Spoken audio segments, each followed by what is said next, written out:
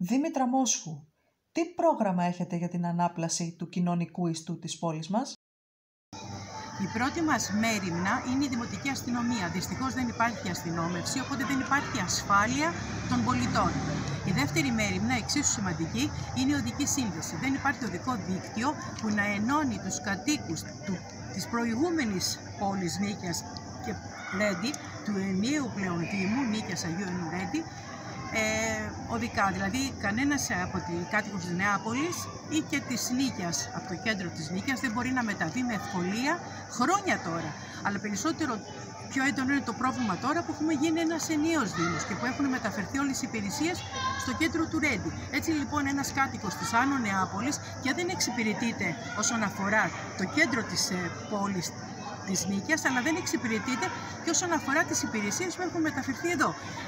Όπως επίσης δεν μπορεί να γίνει η μετακίνηση των πολιτών στο κομμάτι της Αγίας Άννας που είναι αρμένικες πολυκατοικίες, αλλά και στο κομμάτι της περιοχής που είναι στην Θηβών και στη Μακριγιάννη, που είναι ο βιομηχανικός ιστός. Εμείς λοιπόν θα φροντίσουμε να υπάρχει κυκλική οδική σύνδεση για να εξυπηρετούνται οι πολίτες.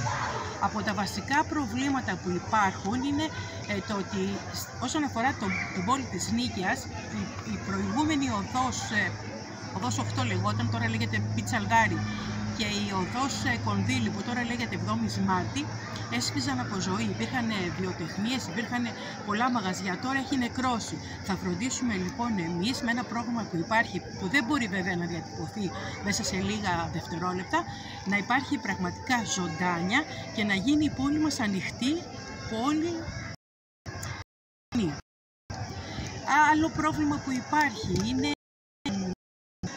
οι ράμπες οι οποίες δεν εξυπηρετούν, που δεν υπάρχουν για να εξυπηρετηθούν τα άτομα με ειδικές ιδιαιτερότητες, δηλαδή οι ράμπες. Αυτές οι ράμπες δυστυχώς σε κανένα σημείο της πόλης δεν υπάρχουν και αυτό δεν βοηθάει αυτούς τους ανθρώπους που το έχουν πάρα πολύ μεγάλη ανάγκη. Υπάρχουν σημεία στην πόλη στην παλιά πόλη, τώρα επιτρέψτε μου να το χρησιμοποιώ αυτό, της Νίκαιας, που δεν υπάρχουν πεζοφάναρα και σε κομβικά σημεία, δηλαδή Λαμπράκι, Λισπόντου, Βουρνόβα, δεν υπάρχει διάβαση πεζών, δεν υπάρχει φανάρι, έχουμε θρηνήσει μικρά παιδάκια, δεν υπάρχει διάβαση πεζών στον κόμβο της Θηβών με Πέτρου Ράλη και με Λαμπράκι, και εκείνο κομβικό σημείο και εκεί έχουμε θρηνήσει παιδιά. Δεν υπάρχει διάβαση πεζών στην Πειραιώς, που έχει αναφορά στο Δήμο, τον παλιό Δήμο του Ρέντι. Έτσι λοιπόν υπάρχουν σημεία στον ενιαίο πλέον Δήμο Νίκαιας Αγίου Ιωάννου Ρέντι που θα πρέπει οπωσδήποτε να γίνουν παρεμβάσεις για να εξυπηρετηθούν αν μη τι άλλο οι πολίτες και να μην θρηνούμε θύματα.